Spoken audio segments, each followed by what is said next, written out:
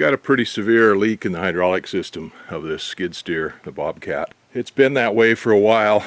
It started out not quite so bad and then it got worse. And it's to the point where I'm not really wanting to use the Bobcat very much. It's using a lot of oil, and not only does it make a mess, but the hydraulic oil is 70 bucks, 75 bucks, 80 bucks for a 5-gallon bucket of it. And it takes a 5-gallon bucket every time I start the thing up. So it needs to be fixed. I've looked at it a couple times. I popped the canopy on it up and crawled down in it thinking I had a broken hose or something in there, but I couldn't find anything.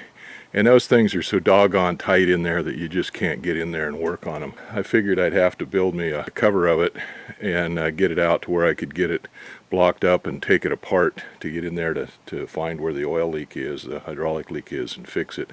And I've been intending to do that for a while, but I've had other things that I needed to do. I needed to fix that dump trailer, and the weather has been so bad this summer that I haven't really had any incentive to do anything outside here, like work on this Bobcat outside. I needed a covered area to do it. So anyway, I've got the dump trailer fixed and a couple other things done. It's the 1st of September here now, and oddly enough, the weather has broke a little bit. We got almost 9 inches of rain in July and 9 inches or so in August. It rained virtually every day. Well, somebody said it only rained twice. It rained once for 32 days and once for 48 days. So anyway, it's been pretty wet, too wet to work on anything outside here, out from under cover. And this thing is too heavy to stick in my shop and work on it. I could put it in the hangar, I guess, but I didn't really want to take up the hangar space on it because I might have to do something else in there. So anyway, I just run it down here to where I can get air to it from the shop. I blocked it up.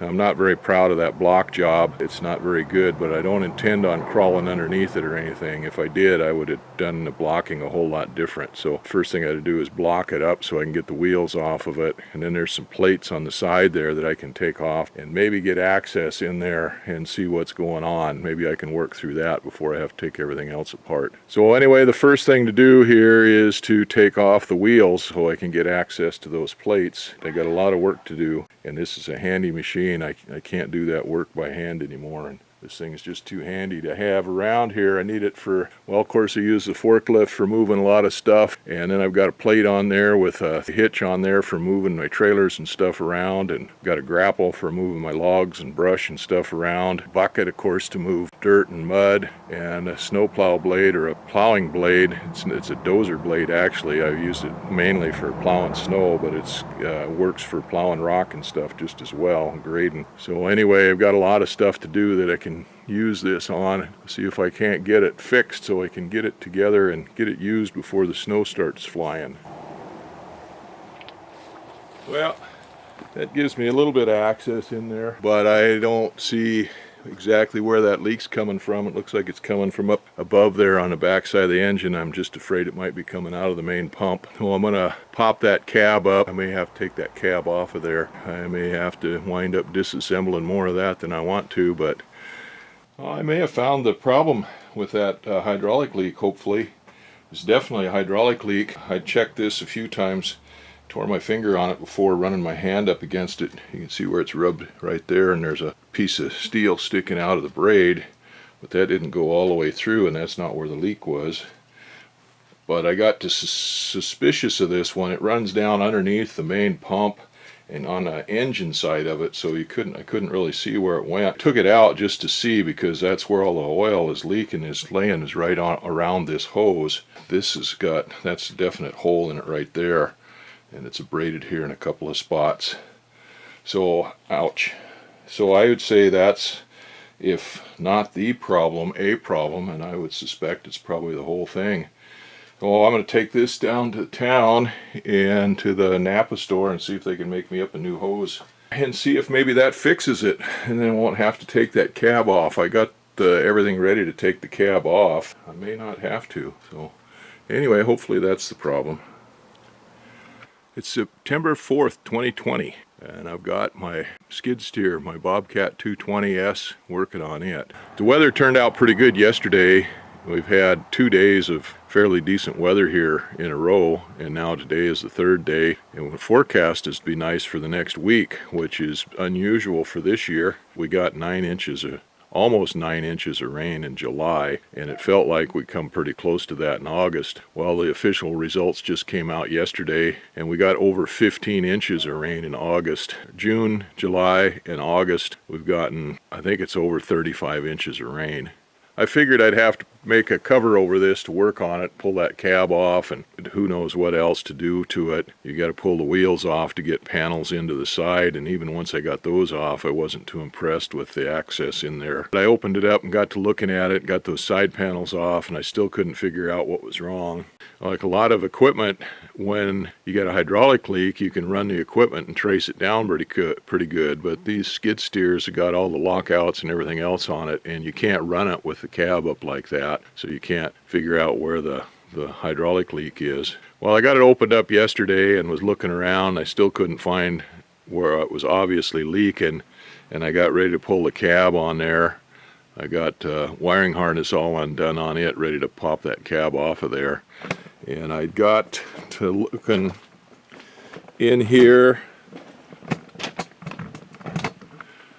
Now you can see kind of what a mess that is in there, how hard that is to work on, especially for an old fat man with a bad back. I'd looked at it before, and there's a hose that runs from one of these valves here, a solenoid valve here in the front, and it went down underneath all the rest of those hoses, and underneath that block back there in the back is the main hydraulic pump. Anyway, that hose went down underneath that.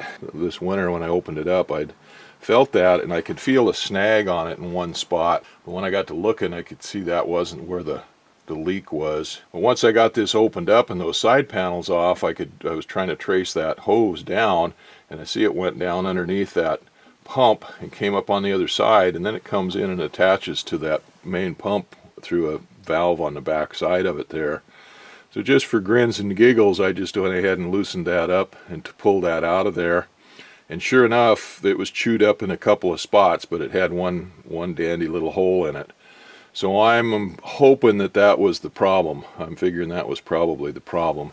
I took the hose down to the Napa store and had him make me up a new hose, and because that one was chewed up, he found this guard here, this spring, and put on there just to help protect it once I put it back in there.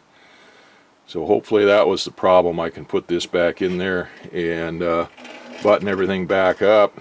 I've got the ends taped off here right now with duct tape to keep from getting any crud in these hoses when I'm fitting that back in there, because like I said, it's got to go down underneath those other hoses and underneath that main pump there and out on the other side. So meantime, this whole belly here in this thing is just full of oil, so I got to see if I can bail that belly out of there and get as much of that oil out of there as possible, and maybe I'll get the pressure washer in here and wash this out a little bit before I go putting it back together. Well, that thing was a mess inside, and I thought there was 10 gallons or more pooled up there in the belly. So I got a couple little containers and an oil jug and started bailing that thing out. Well, it turned out that it wasn't full of oil after all. It was full of mud, and it had oily water on top of the mud, and the mud was saturated with oil. I got to poking around and looking underneath it, and there's drains on either side in that belly pan, but they were all plugged up with mud. So I reached underneath there with a screwdriver and probed both of those until I got them opened up. I went ahead and got the pressure washer and just started washing that out, breaking that mud up and washing it out. I've been working on it for a couple hours. But anyway, I got it all cleaned out, and that'll be better. I got my drains opened up so that the water and stuff will drain out of it again until it gets plugged up again. Then I got some detergent and sprayed all over everything to get the oil off the surfaces, and then washed it again. So I just got done with that. I'm going to let that dry a little bit, and then I'll do a little inspection on everything in there, see if there's any more places where there's any sore spots on any hoses or anything. I'll see if I can get that new hydraulic hose fed through there and hooked up. September 5th today, another fine day. Fall has definitely fell. One of my wife's friends posted a picture on Facebook night before last of some snow up on the high peaks over on the mainland. Well, that's 8,000 feet. The geese are starting to flock up. The northern's starting to come down and stuff. They're showing up. Had to fly this morning, so I didn't get too early of a start. Had to go out and do some final stream surveys. I got the Bobcat skid steer all back together last night, and it looks like it's going to work pretty good. And I'll go ahead and put the forks on it. We've got some chicken feed here delivered yesterday that we picked up yesterday. It's in the trailer, so I'll start getting that out so we can get it put in the barrels.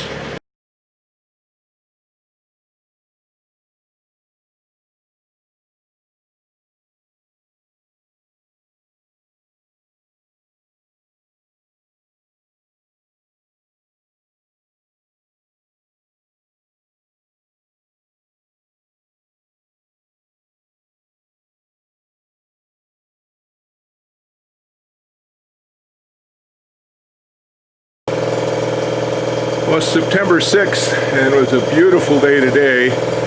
Hasn't rained for the last few days, but it was foggy and it's been overcast, but it's clear blue sky today and it's probably going to get pretty warm. Well, I got the Bobcat, I washed it down yesterday, got it cleaned up a little bit on the outside and ran it, checked it, and I couldn't see any hydraulic leaks in it.